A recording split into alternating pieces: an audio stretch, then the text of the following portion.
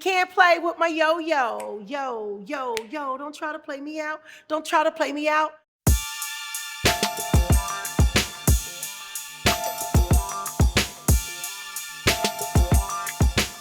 At a time when hyper-masculine energy was dominating hip-hop, YoYo stepped up to the mic and represented for the ladies in a major way. Now, at age 48, she uses music to teach at-risk students through YoYo's School of Hip Hop.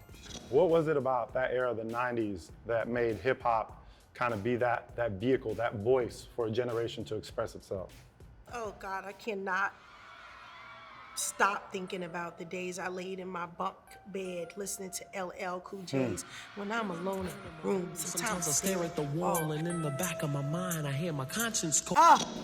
So in love with music, so in love with LL Cool J, so in love with hip hop. Hearing Roxanne Shante battle the UTFO crew and hearing how powerful she was just responding. It was like, what? I need to come out with something. And so I started my journey. You always had a way to infuse positive messages into your music. Yeah. Is that something that was like very intentional? It is a part of my personality. There was not a lot of women who had a comeback. Matter of fact, kind of attitude. And the music that I was writing was saying just that. It was intentional when I got my first deal. Ice Cube and I got together. Speaking of Ice Cube, the back and forth, it's a man's world. Can you talk a little bit about like the creative process leading into that, being kind of like It's a man's world.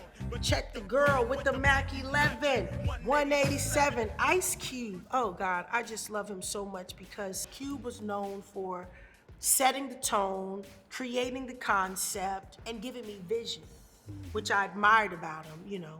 And I think when we started writing, I was afraid to tell him the kind of respect I wanted from him.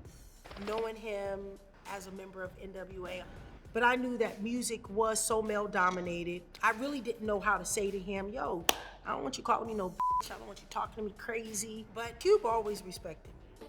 For sure. The video for I Wanna Be Down, the remix, Hey. it was such a moment. Classic. He was born 20 years ago, just a pimp toes, every day new clothes, look at the cut coupons. You, Queen Latifah, MC Lyte, Yes. Brandy. One of the things that really stood out to me is that I don't see a lot of music that's intergenerational. Like to me, that was such a special moment because like Brandy was just coming into her career with these legends on there. Well, it's hard to bridge that gap. This generation, they're very fearless. You know, they have a lot to say. People ask me all the time, why are you doing Love and Hip Hop Hollywood? All I've been doing is eating, sleeping, and living music. How else would this generation get to know me if I don't insert myself in it? I know you went back to school at 30, which I find inspiring. The first day on campus for me was, oh God, it was a humbling experience. I remember walking with my head down, you know, not wanting to look up because I would hear so many times people ridiculed artists for having a job. Oh, they work here. So I didn't know how they would take me being a student. It took me day by day until, oh, you're YoYo. Oh, I love that you're going back to school. Oh, wow. And I had a professor, Dr. Yasin, take a liking to me. And oh my God, gave me wings to fly. Did you know that you wanted to go back to music at some point? You know, I had lied so much in the beginning, telling people, yo, I got music coming. Oh, I'm working on something. It's coming, it's coming. Nothing was coming. I wasn't working on anything. So when I went to school, it was the first time I felt comfortable saying, not doing music anymore. And that took a lot out of me just to even say it, but it calmed a lot of my butterflies.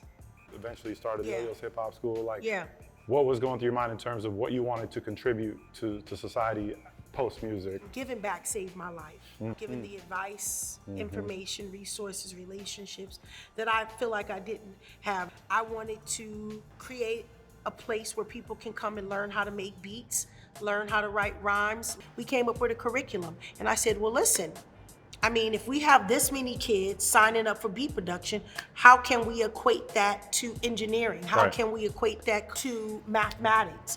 And I didn't realize how many kids wanted to learn how to write lyrics and how many kids couldn't write a paragraph.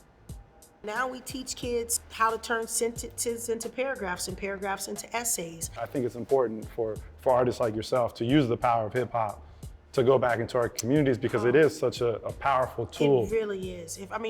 You make it in hip hop, you can make it anywhere. That's amazing. Speaking of still being hip hop, last year you toured with Rakim and Eric B. Oh my God. Tell me about that. Such a blessing.